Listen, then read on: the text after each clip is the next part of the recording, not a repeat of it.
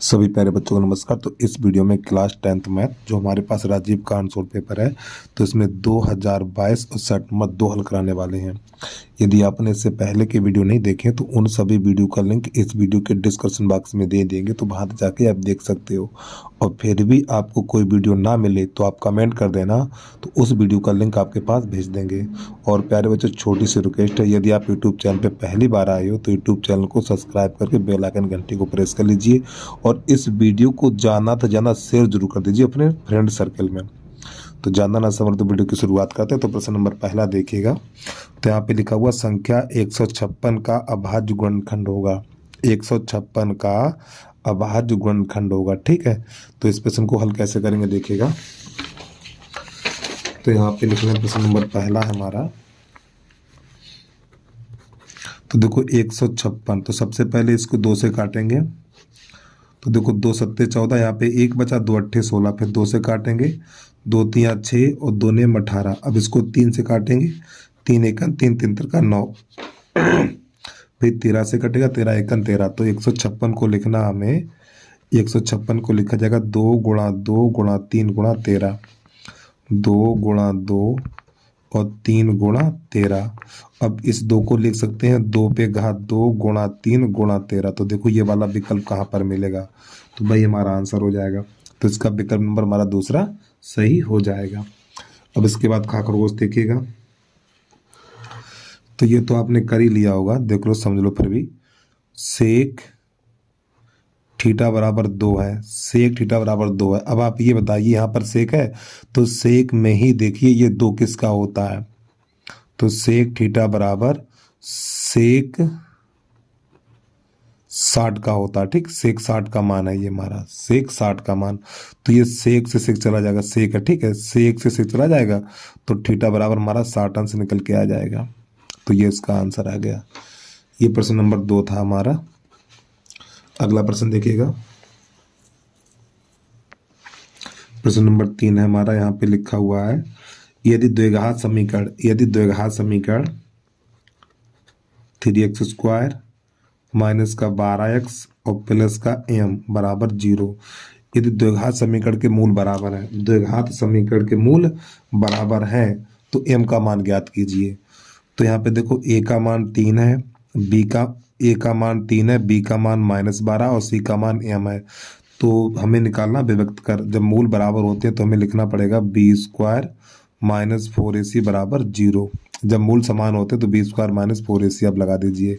तो b का मान -12 का वर्ग माइनस 4, a का मान 3 और c का मान m बराबर 0।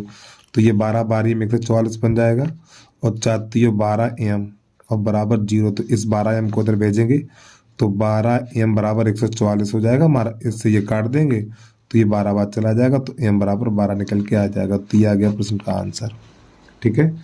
अब प्रश्न नंबर देखिए, ये घाघड़ी हम नहीं बताएंगे। अब आ जाओ प्रश्न नंबर यहाँ खाली, यानी 5वां क्या करा देखिएगा, पहले का 5वां। यहाँ पे लिखा हुआ 1 से 10 तक की धनात्मक संख्याओं का समांतर माध्य कितना होगा। 1 से 10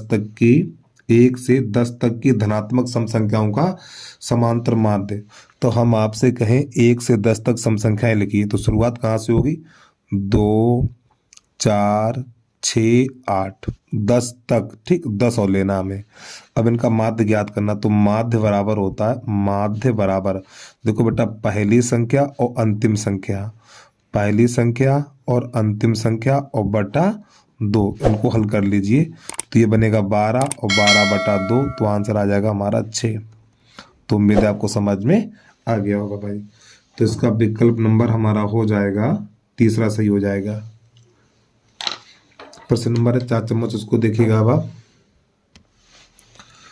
तो पहले का 4 चम्मच क्या कह रहा है, यानी बिंदु P 2, -3 और Q 10, 22 के बीच की दूरी 10 मात्रक है, तो 22 का मान ज्ञात करना। तो प्यारे बच्चों यहाँ पे लिखेंगे बीच की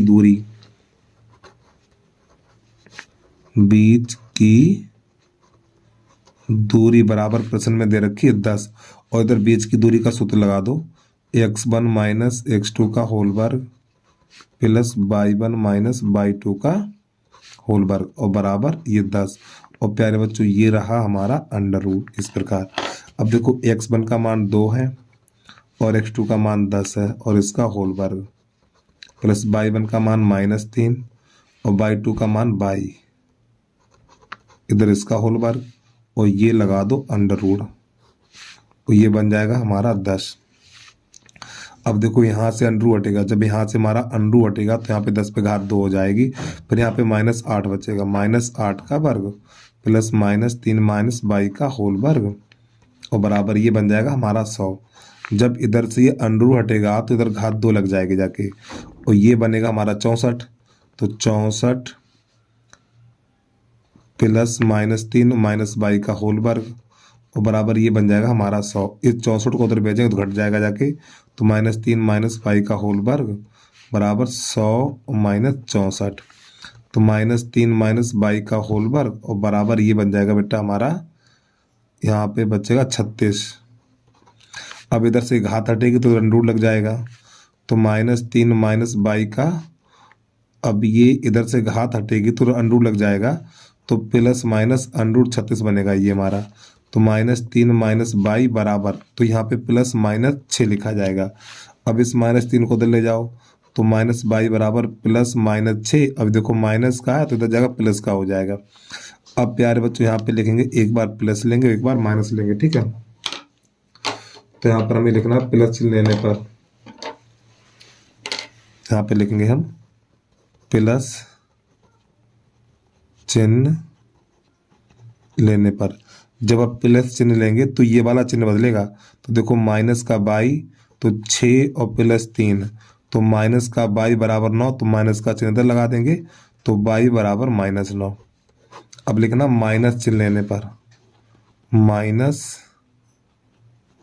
चिन्ह लेने पर जब माइनस चिन्ह लेंगे तो चिन्ह हमारा यही बदलेगा, इन दोनों चिन्हों में कोई बदलाव नहीं होगा।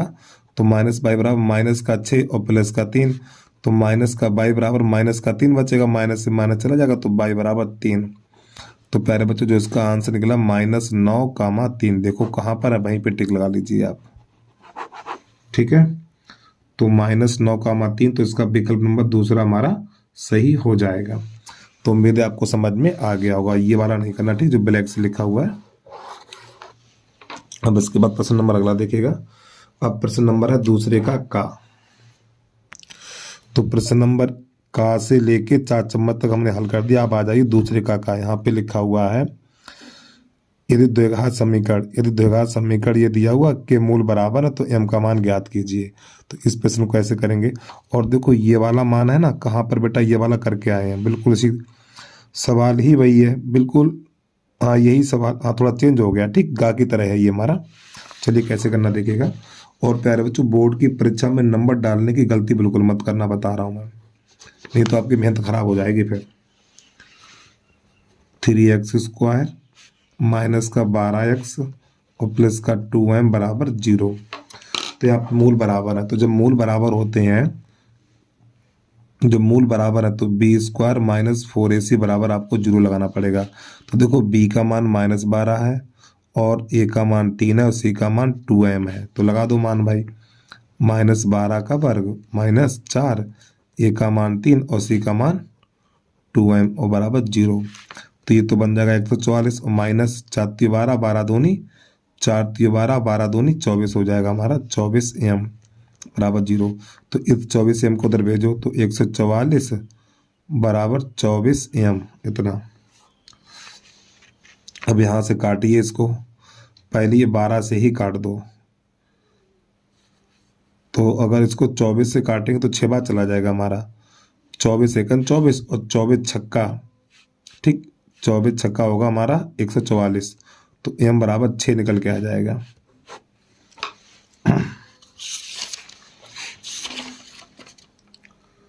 जल्दी से नोट कर लो, अगला प्रश्न देखिएगा। इसके बाद प्रश्न नंबर देखो खा खरगोश है, ये दिखा दें एक बार प्रश्न को। देखो यहाँ पे स्टार बना हुआ है, इसको भी नहीं बताएंगे, इसको भी नहीं बताएंगे। अब प्रश्न नंबर आ जाइए घा घड़ी। यहाँ पे लिखा हुआ है प्रथम 10 अभाज्य पूर्णांकों की माध्यिका ज्ञात कीजिए, ये वाला प्रश्न है। तो इसको कैसे करेंगे देखिएगा अब आप।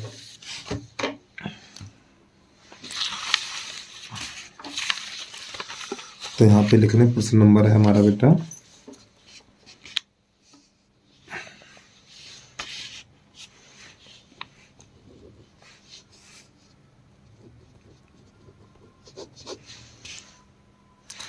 तो प्रथम 10 अभाज्य पूर्णांकों की माध्यिका, प्रथम 10 अभाज्य पूर्णांकों की माध्यिका ज्ञात करनी है। तो प्रथम 10 यहाँ पे लिखेंगे हम, प्रथम 10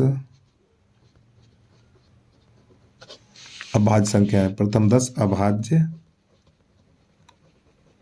संख्या है। तो यहाँ पे लिखेंगे 2, 3, 5, 7, 11, 13, 17, 19, 23 और ये 29। तो ये हमारी प्रथम 10 अभाज्य संख्याएं हो गई हैं। अब यहाँ पे कितनी, ये 10 संख्याएं हैं, कितनी है 10 हैं। तो यहाँ पे लिखेंगे माध्य बराबर, माध्यिका बराबर लिख लो। अब देखिए यहाँ पर 4 संख्या ये निकाल लो उधर वाली, और 4 संख्या ये बाहर निकाल दो। तो बीच में ये दोनों संख्याएं बची हैं हमारी, यही दोनों बची हैं। तो हमें क्या करना, इन दोनों को जोड़ देना, 11 + 13, ये 2 संख्या है तो 2 का भाग लगा देंगे इस प्रकार। तो यहाँ पे हो जाएगा 24/2, तो इसका आंसर निकलेगा 12।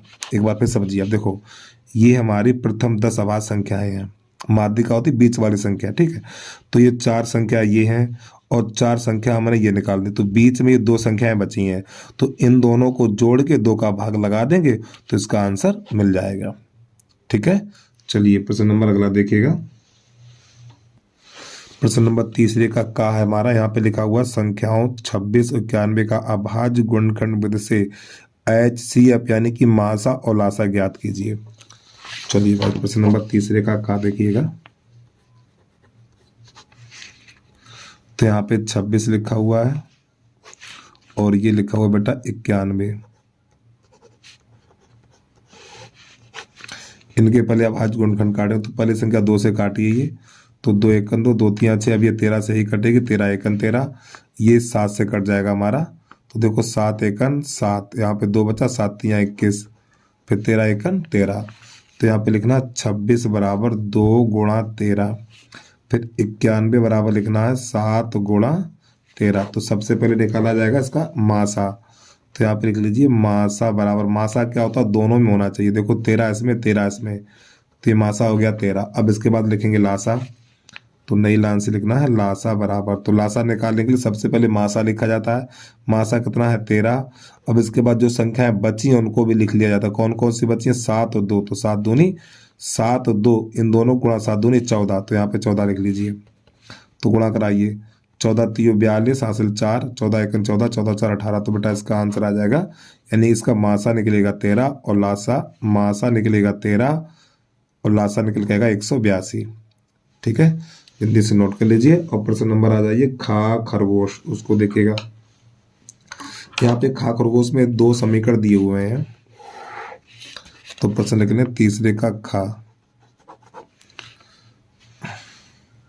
तो जो हमारा पहला समीकरण है 4x + py और बराबर है 0, सॉरी +8 हो रहा है यहाँ पे, +8 बराबर 0। अगला समीकरण है हमारा 2x + 2y और प्लस का 2 बराबर 0। तो देखो यहाँ पे लिखा हुआ अद्वितीय हल है। तो अद्वितीय हल में क्या होता है बेटा, देखिए अद्वितीय हल में क्या होगा, a1/a2 ≠ b1/b2, ये होता हमारा अद्वितीय हल की कंडीशन, ये होती है, ठीक है। तो यहाँ पे क्या करना है, 4/2 4/2 4/2 ≠ p/2, इस प्रकार इसको हल करेंगे, ठीक है। ये 2 × 1 = 2 और 2 दूनी 4, तो मिलना 2/1 ≠ p/2, तो इसका गुणा इसमें और इसका इसमें, तो p ≠ 4, तो ये इसका आंसर आ गया, ठीक है। चलिए भाई जल्दी से नोट कर लीजिए, अगला प्रश्न देखिएगा। अब इसके बाद प्रश्न नंबर है गागमला बताएंगे नहीं, और प्रश्न नंबर घाघड़ी देख लीजिए, ठीक है। ये आपके सिलेबस में है नहीं, प्रश्न नंबर इसको देखिएगा, एक घन का आयतन इतना तो घन का संपूर्ण पृष्ठीय क्षेत्रफल कितना होगा। तो यहाँ पे लिखना है प्रश्न नंबर तीसरे का घ। तो यहाँ पे लिखेंगे घन का आयतन। तो प्यारे बच्चों घन का आयतन दिया हुआ 1331 और घन का आयतन होता भुजा की यानी a पे पावर 3। 1331 ये 1331 है ना, 11 घन है, ठीक है, ऐसे लिख दो 11 का घन इस प्रकार। तो प्यारे बच्चों घात से घात चली जाएगी तो a बराबर निकलेगा हमारा 11 सेंटीमीटर। ये हमारी घन की भुजा निकल के आ जाएगी। हमसे पूछा गया घन का संपूर्ण पृष्ठीय क्षेत्रफल। तो यहाँ पे लिखेंगे घन का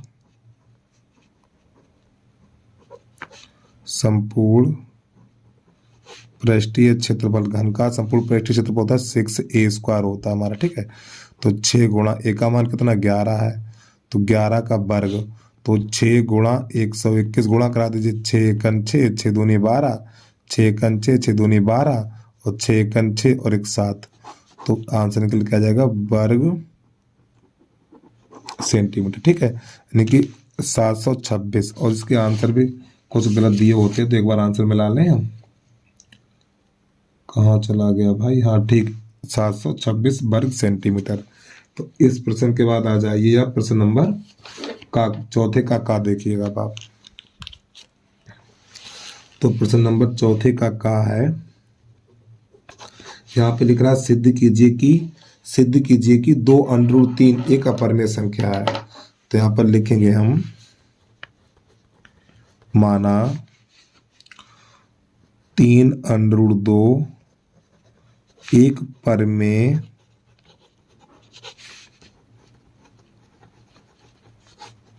संख्या है। माना 3√2 एक परिमेय संख्या है। तो प्यारे बच्चों जब ये परिमेय संख्या है तो परिमेय संख्या को p/q के रूप में लिखा जाता है। तो यहाँ पे लिखेंगे √3 बराबर p/q और इसके आगे लिखना है जहां p तथा q सहअभाज्य पूर्णांक है, फिर q नॉट इक्वल 0। देखो सहअभाज्य पूर्णांक क्या होता है, यानी सहअभाज्य पूर्णांक ऐसी संख्या है जिनका मासा 1 हो, ऐसी संख्या ऐसा युग्म जिसका मासा 1 हो सहअभाज्य संख्या कहलाती है, ठीक है। यानी इन दोनों का मासा क्या होगा 1 होगा। अब यहाँ पे क्या करना देखेगा, तो प्यारे बच्चों ये हमारा 3 है ना, ये वाला 3 भाग में जाएगा तो लिखेंगे √2 बराबर p/2 की। तो बस प्यारे बच्चों आपको सॉरी ये 3 भाग में जाएगा, ठीक, 3 की हो जाएगा। तो बस यहीं पे प्रश्न खत्म हो जाता है हमारा। अब इससे आगे नहीं करेंगे, बस हमें हिंदी लिखनी है। तो यहाँ पे लिखेंगे हम p/3q एक परिमेय संख्या है। p/3q एक परिमेय संख्या है, अतः √2 भी एक परिमेय संख्या है, लेकिन विरोधाभास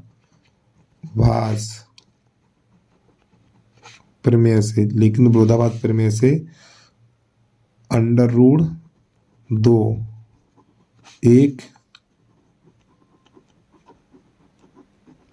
अपरिमेय संख्या है, ठीक।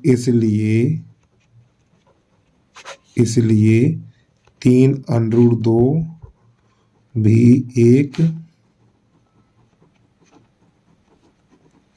अपरिमेय संख्या, ठीक। तो प्यारे बच्चों आपको इस प्रश्न में इतनी हिंदी तैयार करनी है, ठीक है। तो उम्मीद है आपको समझ में आ गया होगा। अब इसके बाद प्रश्न नंबर है हमारा खा खरगोश, बताएंगे नहीं, वो आपके सिलेबस में नहीं है। प्रश्न नंबर चौथे का गा देख लीजिए। तो ये आ गया हमारा चौथे का गा। क्या कह रहा है, 6 मीटर लंबाई वाले एक ऊर्ध्वाधर खंभे की भूमि पर छाया 4 मीटर लंबी है, जबकि उसी समय एक मीनार की छाया की लंबाई 28 मीटर है, तो मीनार की ऊंचाई ज्ञात कीजिए। चलिए देखिए समझिए कैसे करना है इसको हमने। तो यहाँ पे लिख लें प्रश्न नंबर चौथे का गा। तो देखो यहाँ पे 6 मीटर लंबाई वाले ऊर्ध्वाधर स्तंभ की छाया 4 मीटर लंबी है। तो प्यारे बच्चों ये हमारा है एक स्तंभ, ठीक, यहाँ पर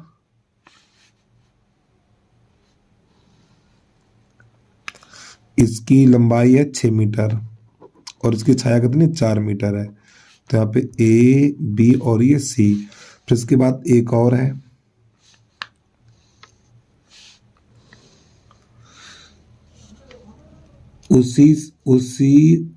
जबकि उसी समय एक मीनार की छाया, यानी प्यारे बच्चों ये हमारी मीनार है तो इसकी छाया 28 मीटर है, यहाँ पर 28 मीटर। तो यहाँ पे लिख दो PQR।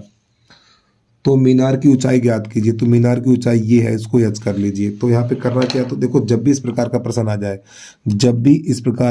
आ जाए तो आपको क्या करना, संगत भुजाएं समानुपात में लगा देनी है। हम क्या बोल रहे हैं, संगत भुजाएं समानुपात में लगाएंगे। तो कैसे लिखेंगे, पहले ये वाली भुजा लिख लो। तो पहले लिख लो त्रिभुज PQR तथा त्रिभुज ABC में।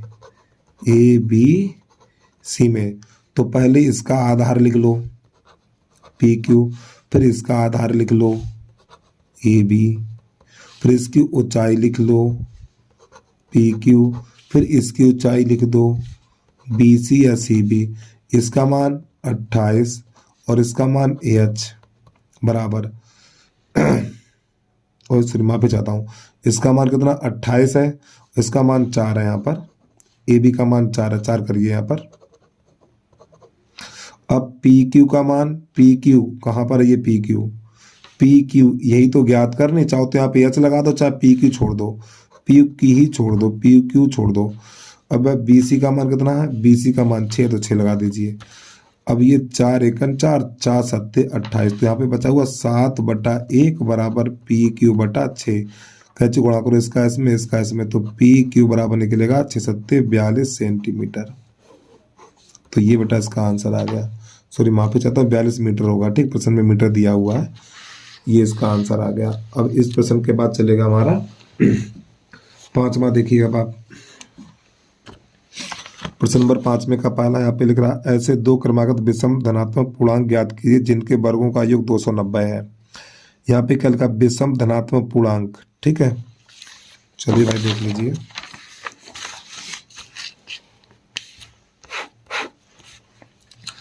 तो अब प्रश्न नंबर 5 का आ गया हमारा, 5वें का। तो यहाँ पे लिखेंगे हम, माना दो क्रमागत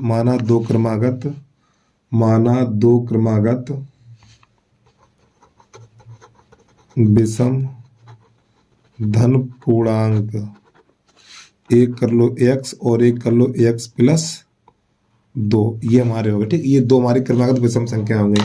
अब प्रश्न करा इनके वर्गों का योगफल, तो x प्लस 2 इनके वर्गों का योगफल बराबर कितना है, 290 है। चलिए इसको हल करिएगा आप। तो यहाँ पे a प्लस बी का होल वर्ग तो हो जाएगा A² प्लस, पहले तो इसको ऐसे लिख लीजिए। अब यहाँ पे a प्लस बी का होल वर्ग, तो A² प्लस B² 4 हो जाएगा, प्लस का 4x और बराबर 290। तो ये हो जाएगा 2x² प्लस का 4x और प्लस का 4 माइनस का 290 बराबर 0। तो 2x² प्लस का 4x, इसमें से घटाएंगे तो माइनस का बचेगा 286 बराबर 0। और प्यारे बच्चों देखो सब में 2 का भाग लग रहा है, तो 2 का भाग देने पर, ठीक है। तो जब 2 का भाग लगाएंगे तो ये x² और प्लस का 2x और माइनस 2 एकन 2 और ये बनेगा हमारा 2 एकन 2, 2 चौकू 8, 2 3 6 बराबर 0। अब 143 के ऐसे गुणनखंड करो घटाने पर 2 मिले, तो x², तो ये बनेगा हमारा 13 और 11, ठीक है। तो यहाँ पे 13x और माइनस का 11x, माइनस का 143 बराबर 0। तो यहाँ से x कामा लेंगे तो x प्लस 13, यहाँ से माइनस का 11 कामा लेंगे तो ये बनेगा x प्लस का 13 और बराबर 0। तो प्यारे बच्चों x प्लस 13 और x माइनस 11 और बराबर 0। तो पहले यहाँ से x प्लस 13 बराबर 0, x बराबर माइनस का 13, तो ये वाला उत्तर हो जाता हमारा अमान्य, ठीक। तो x माइनस 11 बराबर 0, तो x बराबर 11 इतना। अब यहाँ पे क्या करना हमें x का मान 11 निकल के आएगा और जो हमारी संख्या कौन सी थी, एक x और एक x प्लस बनते हैं। यहाँ पे लिखेंगे नई लाइन से, संख्या हमारी एक x और एक x प्लस 2 है। तो x का मान 11, तो 11 यहाँ लगा दो, तो ये तो 11 बन जाएगा, 11 2 13। तो प्यारे बच्चों यही प्रश्न का आंसर है 11, जल्दी से नोट करिए। प्रश्न नंबर अगला देखिएगा, जो 5वें का का हो गया, 5वें का खा देखिए इसके बाद।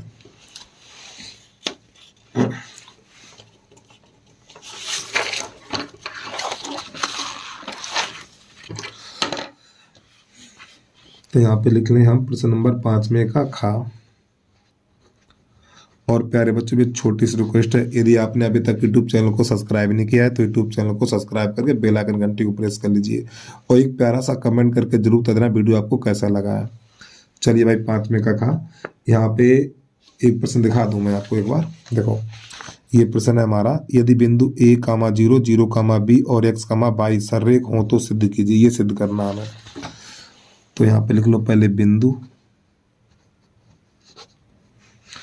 हमारे पास है a, 0, 0, b और x, y। तो नई लाइन से लिखना सररेख होने का प्रतिबंध,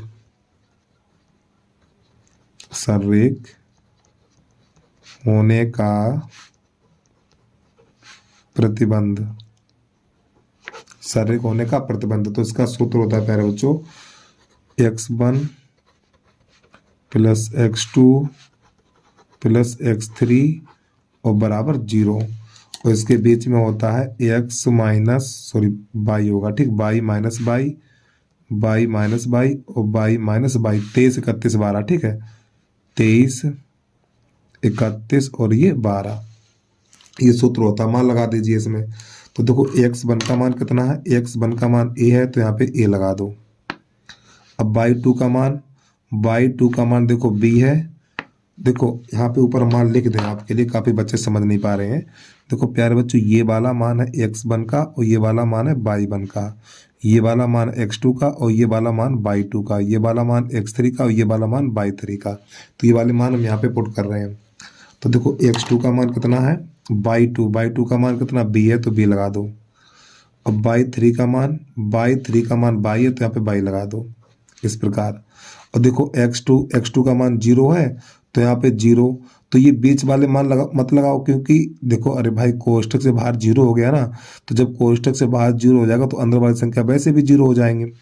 प्लस x3 का मान कितना, x3 का मान x है, तो यहाँ पे x लगा दो। y1 का मान 0 है तो 0, और y2 का मान b है तो b लगा दो, और बराबर ये हो गया 0। अब इसका अंदर गुणा करेंगे, तो जब इसका इसमें गुणा करेंगे तो a b और इसका इसमें करें तो a बाई हो जाएगा। ये तो 0 हटा दीजिए पूरा, और जब इसका इसमें करेंगे तो माइनस का bx हो जाएगा, ये माइनस का bx और बराबर 0। अब यहाँ पे क्या करना, जो हमारा ए बी है ना, ये ए बी, इस ए बी को उधर भेजो। तो माइनस का ए बाई और माइनस का बी एक्स, इसको उधर भेजेंगे तो बराबर माइनस का ए बी हो जाएगा। तो यहाँ से माइनस कॉमन ले लो, जब यहाँ से माइनस कॉमन लेंगे तो ए बाई और प्लस का बी एक्स बराबर माइनस का ए बी, तो माइनस से माइनस कट जाएगा। अब यहाँ पे लिखेंगे दोनों पक्षों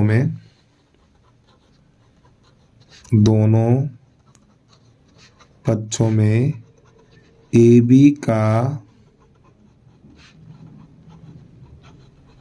भाग देने पर, दोनों पक्षों में ए बी का भाग लगाएंगे तो हमारा जो ए बाई है बटा A B plus B X बटा ए बी बराबर ए बी बटा ए बी, इस प्रकार। तो देखो यहाँ पे ए से ए कट जाएगा, यहाँ बी से बी कट जाएगा और इससे ये कट जाएगा, तो यहाँ पे एक्स बटा ए बचेगा, तो एक्स बटा ए, यहाँ पे वाई बटा बी और बराबर 1। तो प्यारे बच्चों यही हमें सिद्ध करना था और यही प्रश्न का हल हो गया। ठीक है, तो इस प्रश्न के बाद अगला प्रश्न देखिए। वीडियो को आराम से बैक करके देख लिया करो, ठीक है। वीडियो कटेगा नहीं, एक बार देखो चाहे 4 बार देखो, चाहे 1 साल बाद देखो, ठीक, कभी वीडियो हटेगा नहीं यूट्यूब से। तो प्रश्न नंबर 5 का गा यानी खा के बाद गा चलेगा हमारा, इसको देखेगा अब आप लोग। 5 का आ गया बेटा गा। प्रश्न दिखा दें आपको, यहाँ पे लिखा हुआ एक लंबवतीय शंकु की तिर्यक ऊंचाई यानी एल का मान इतना है तथा संपूर्ण पृष्ठ इतना है, तो त्रिज्या, आधार की त्रिज्या ज्ञात कीजिए, ये पूछना। चलिए अच्छी बात है। तो प्यारे बच्चों एल बराबर लिख लो 13 सेंटीमीटर। तो यहाँ पे लिखा हुआ है शंकु का संपूर्ण पृष्ठ दे रखा है। चलो भाई, शंकु का संपूर्ण पृष्ठ,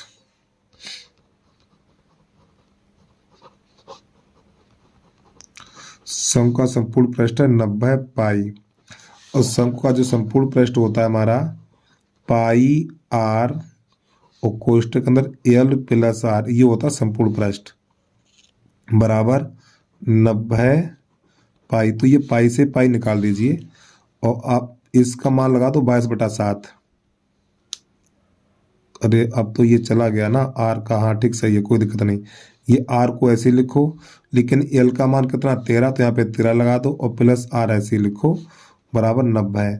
इस आर का अंदर गुणा कर दो, जब आर का अंदर गुणा करेंगे तो ये बनेगा हमारा आर स्क्वायर और प्लस का 13 आर, इसको अंदर ले आओ 90 और बराबर 0। तो प्यारे बच्चों 90 के ऐसे गुणनखंड करो। एक बात देखो समझ लो भाई, पाई से पाई चला गया, एल का मान 13 है, एल का मान 13, यहाँ पे 13 लगा दिया, आर गुणा कर दिया। तो यहाँ पे 90 के ऐसे गुणनखंड करो घटाने पर 13 मिले। तो देखो 18 पंजे 90 और 18 में से 5 घटाएंगे 13 मिल जाएगा।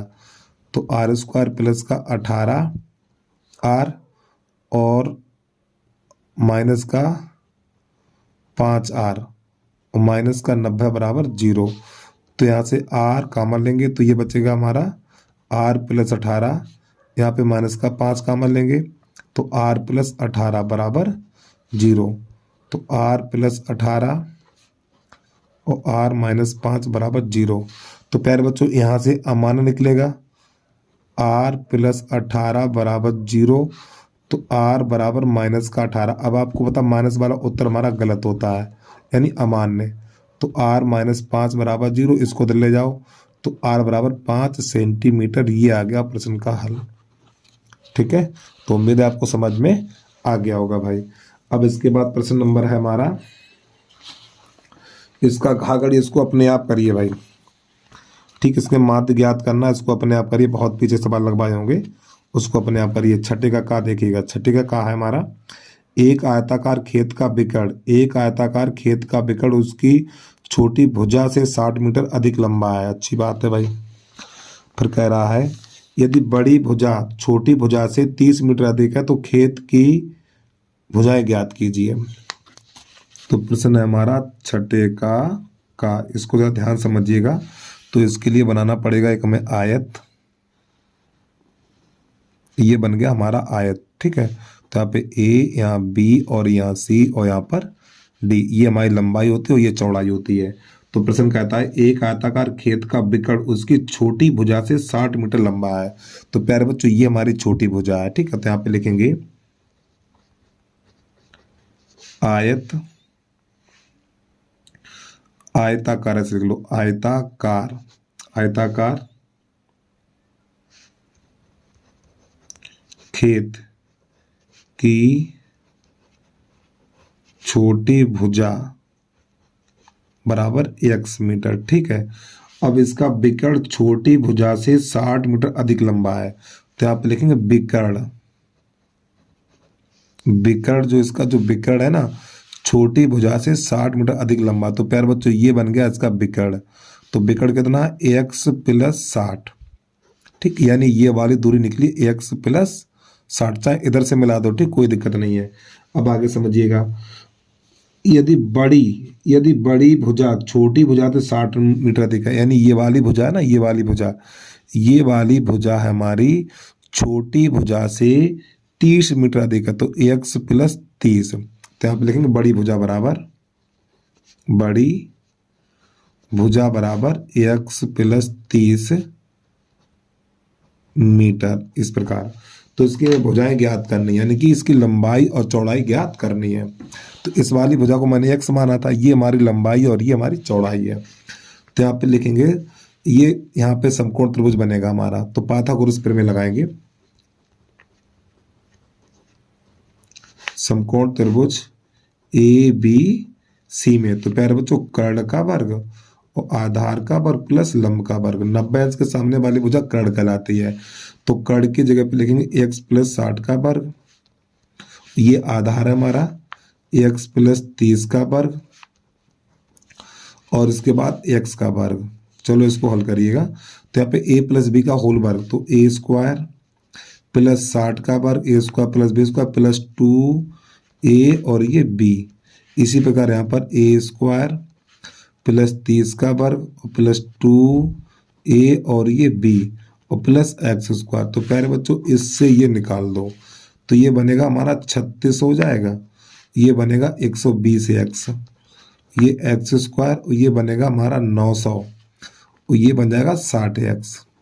ठीक, अब यहाँ पे इन दोनों संख्याओं को दिल ले आओ, इन दोनों संख्याओं को दिलाओ, तो इधर क्या बचेगा 0, तो 0 बराबर x स्क्वायर प्लस का 900 और प्लस का 60x, और ये माइनस का 3600 और माइनस का 120x। ठीक है, तो अब इसको इधर लिखेंगे, 0 को इधर भेजेंगे, यानी पक्ष को पलटेंगे, तो x स्क्वायर, तो देखो ये हमारा माइनस का और ये प्लस का, तो माइनस का 60 बचेगा। अब 3600 में से 9 घटाएंगे तो बचेगा माइनस का 2700 और बराबर 0। अब 2700 के ऐसे गुणनखंड करो, 2700 के ऐसे गुणनखंड करो घटाने पर 60 मिले, तो देखो एक्स स्क्वायर माइनस एक्स, तो यहाँ पे क्या करेंगे 90, ठीक 90 और 30 करेंगे, 90 30, 90 माइनस 30, जब इन दोनों गुणा करेंगे 2700 घटाएंगे तो 60 मिलेगा, माइनस का 2700 और बराबर 0। तो एक्स स्क्वायर माइनस का 90x, ये माइनस माइनस प्लस 30x और माइनस का 2700 और बराबर 0।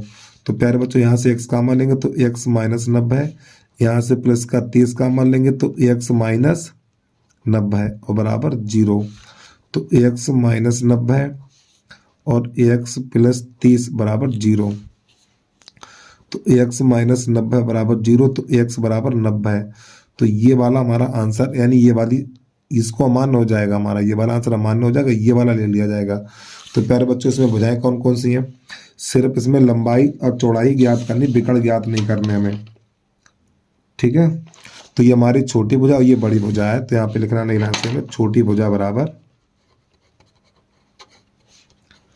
छोटी भुजा x माना, x का मान कितना 90 है, 90 मीटर। अब लिखेंगे बड़ी भुजा बराबर x प्लस 30 है और 30 का मान x का मान 90 है, तो 90 प्लस 30, तो इसका आंसर आ गया 120। तो उम्मीद है आपको समझ में आ गया होगा। तो छोटी भुजा निकली हमारी 90 मीटर और बड़ी भुजा निकली है 120 मीटर। अगर ये विकर्ण पूछे तो यहाँ पे 60 लगा देना, तो 90 60 150 हो जाएगा, तो इसका विकर्ण भी निकल के आ जाएगा। तो जल्दी से नोट कर लीजिए, अगला प्रश्न देखिएगा अब यहाँ से। तो प्रश्न नंबर है हमारा खा खरगोश बताएं, सिलेबस में है नहीं, गा गमला नहीं है, अब घा घड़ी हम बताएंगे नहीं भाई। ठीक, माध्यिका इसकी अपने आप निकालिए आप। अब आ जाइए प्रश्न नंबर 7 पर। 7 क्या कर रहा है इसको देखिएगा। प्रश्न नंबर 7 है, एक नाव पुल की ओर आ रही है, किसी क्षण पुल का उन्नयन कोण 30 अंश देखा गया। नाव के उसी चाल से 4 मिनट चलने के पश्चात पुल का उन्नयन कोण 60 अंश हो गया। अच्छी बात। तो नाव को पुल तक पहुंचने में कितना समय लगेगा ये बताना है। चलिए भाई समझ लो इसको भी।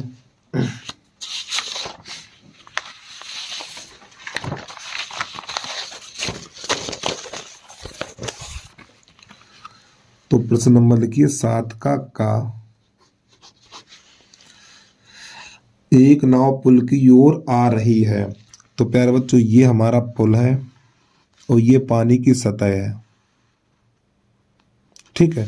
और नाव इसमें यहां पर है, तो इसका जो उन्नयन कोण है 30 अंश देखा गया, ठीक। ये जो कोण है वो 30 अंश है हमारा, यहां से लेके यहां तक।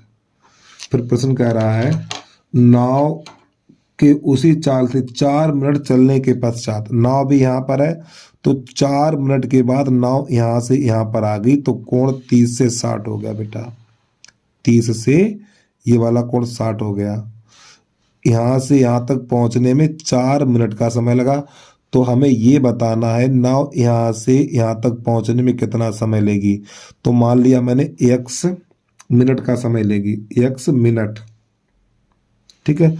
तो ये वाली दूरी कर लो h, तो यहाँ पर a, यहाँ पर b, यहाँ पर c, यहाँ पे d। तो यहाँ पे लिखेंगे माना CD एक पुल है। तो प्यारे बच्चों में x का मान ज्ञात करना, तो समकोण त्रिभुज BCD में,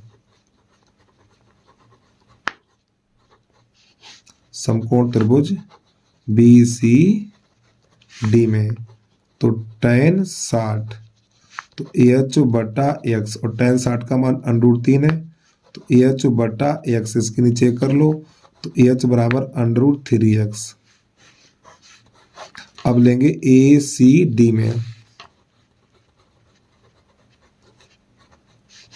समकोण त्रिभुज ACD में, तो यहाँ पे tan 30 और लंब बटा आधार, लंब हमारा ये और आधार पूरा हो जाएगा ये, AH बटा 4 + x, tan 30 का मान 1 बटा √3, और AH बटा, और यहाँ पे h का मान लगा दो तो अच्छी बात है यार। h का मान देखो ये है कि नहीं √3x, तो यहाँ पे √3x लगा दो, √3x बाहर है, √3x, ठीक है। और बटा 4 + x करिए गुणा, तो देखो इसका गुणा इसमें करेंगे तो प्यारे बच्चों ये √ हट जाएगा हमारा, तो 3x, और बराबर इसका इसमें करेंगे 4 + x, इस x को उधर ले आओ, तो 3x - x बराबर 4, तो यहाँ बचेगा 2x बराबर 4, 2 × 1 = 2, 2 × 2 = 4, तो x बराबर 2। तो प्यारे बच्चों x का मान 2 निकल के आएगा मिनट, ठीक है। तो नई लाइन से लिखेंगे नाव को पुल तक पहुंचने में 2 मिनट का समय लगेगा, ठीक। तो ये हमारा प्रश्न हल हो गया है। एक बार इसका आंसर मैच कर लें, फिर आगे बढ़ रहा हूं। 2 मिनट,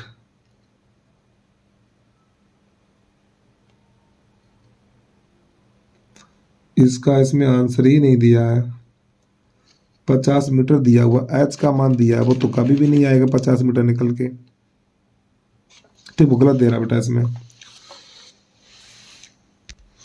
देखो ये हमारे पास अग्रवाल का भी अनसोल्ड पेपर है, तो यहाँ पे देखो प्रश्न नंबर यही तो है 3, एक नाव पुल की ओर आ रही है, किसी क्षण पुल का उन्नयन कोण 30 अंश देखा गया, ठीक है। ये वाला देखो प्रश्न नंबर 3 है बेटा, यहाँ पे प्रश्न नंबर 3 में आंसर देखिएगा कि प्रश्न नंबर 3 ये क्या लिखा हुआ, 2 मिनट लिखा हुआ, 2 मिनट, ठीक। तो यही प्रश्न का आंसर आ गया हमारा। तो इसमें हमसे क्या पूछा है, कितने समय में पहुंच जाएगी, तो इसका आंसर में यही देना था, 2 मिनट।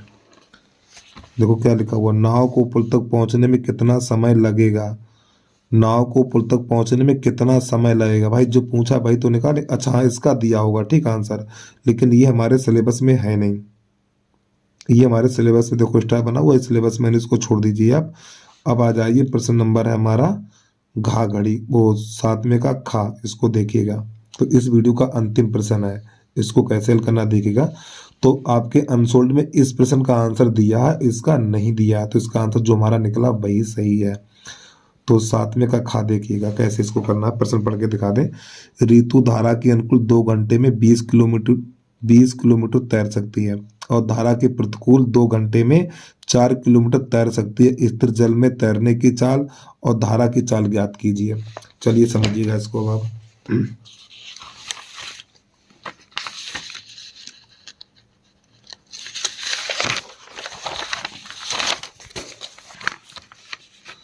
तो प्रश्न नंबर है हमारा 7वें का खा खरगोश। ठीक है, तो आप तैरने की चाल और धारा की चाल, देखो प्यारे बच्चों, धारा वो तैरने की चाल अधिक होगी और धारा की चाल कम होगी। तो आप लिखेंगे माना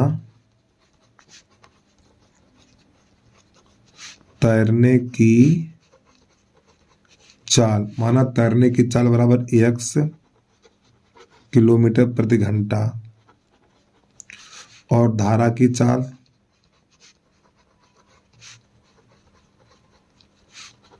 बाई किलोमीटर प्रति घंटा, यानी तैरने की चाल x किलोमीटर प्रति घंटा और धारा की चाल 22 किलोमीटर प्रति घंटा। अब प्रश्न यहाँ पे जो दूरी दे रखी है, अच्छा एक काम देखो, पहले यानी ऋतु धारा के अनुकूल यानी धारा की दिशा में जा रही है, तो यहाँ पे लिखेंगे धारा के अनुकूल, धारा के अनुकूल ऋतु की चाल, ऋतु की चाल। तो बेटा दोनों चालें जुड़ जाएंगे और इसको आगे रखेंगे, जो तैरने की चाल है ये अधिक होगी और धारा की चाल कम होती है, तो x प्लस बाई। ठीक है, तो ये बन गई चाल। तो एक सूत्र होता है हमारा चाल बराबर दूरी बटा समय, दूरी बटा समय। तो देखो यहाँ पे चाल तो हमारी बेटा ये बन गई चाल, तो x प्लस बाई, ये दूरी कितनी है 20 किलोमीटर है, तो यहाँ पे 20 और समय कितना है 2 घंटे है, तो 2 एकम 2 ये 10 बनेगा, तो x प्लस बाई बराबर 10, ये समीकरण नंबर 1 बन गया। तो नई लाइन से धारा के प्रतिकूल यानी धारा के विपरीत दिशा में, धारा के प्रतिकूल, धारा के प्रतिकूल ऋतु की चाल,